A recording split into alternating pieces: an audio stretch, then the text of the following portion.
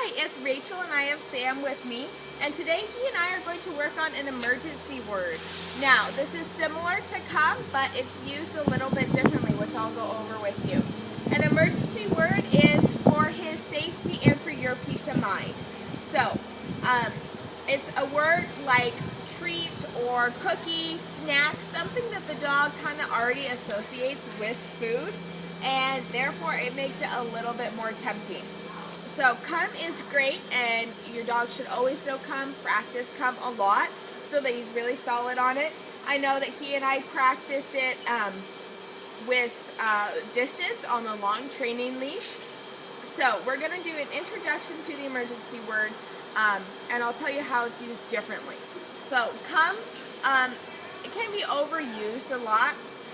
It's very important, but just like around the house, if you're, looking for him to put him in a crate before bed, or you're calling him over to pet him, feed him dinner, something like that, it's Sam, come here, come on, and like different variations like that. He understands what it means, but it's not always just one solid come.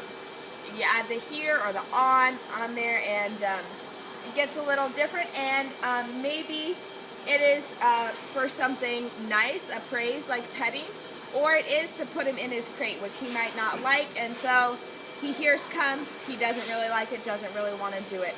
An emergency word like treat is always used for fun, and you always practice it with a treat. Since he does know come, when you tell him to do that, you don't always have a treat waiting for him, but for the emergency word, you do. Now, you take a small treat, like the training treats I showed you, and you put it in the center of your palm and close your fist around it. Now, when you say the treat word, you put your fist down, eye level for him like this, and you say, treat.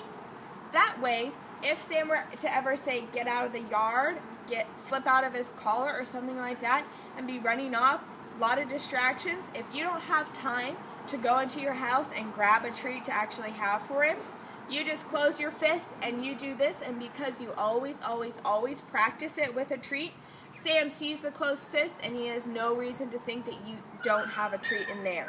And by the time he gets back to you and sees you don't have a treat, you already are able to get hands on him. So, like with the come, how I told you to not, hold the treat way out here to where just his nose touches it, you want him to come all the way to you like this so you can get hands on his body in case he has slipped out of his collar and he doesn't have one on. So, we're just going to start. I'm going to put him forward a little bit, and you have on leash, so you can enforce it. Here we go. Sam, treat. Good boy. Good job. Good job. He went right to my hand, which is just what we want.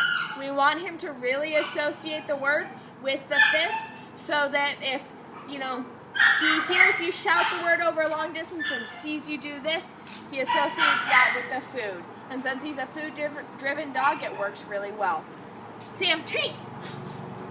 Good boy. Good job. Good job.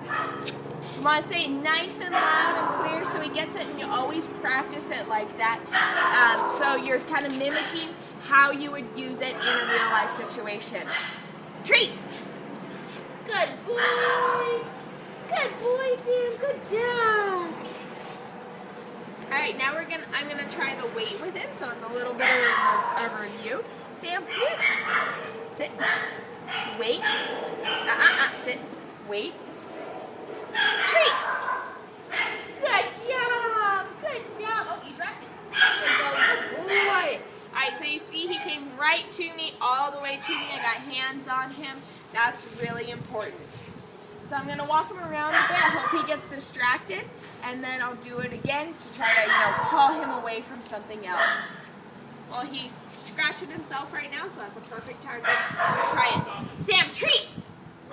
Good job! Good boy! Good boy, Sam!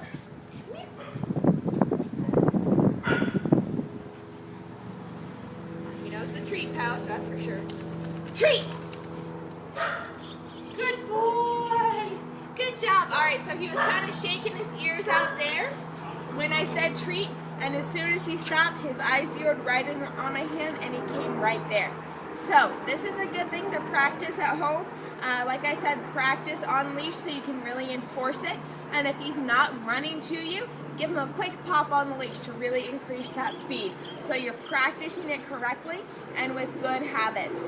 So it just becomes second nature to him that every time he hears that, he comes running to you and comes right down to you. So remember, don't hold it way out here, right here. And him seeing that fist is another part of the command. It's kind of helping to cement that. And if he can't always hear you say treat, he might, hear something and look back. He sees his fist and he comes right to you. So it can be a really useful and important command for him to practice. All right, this was Rachel and Sam, and we are working on an emergency word.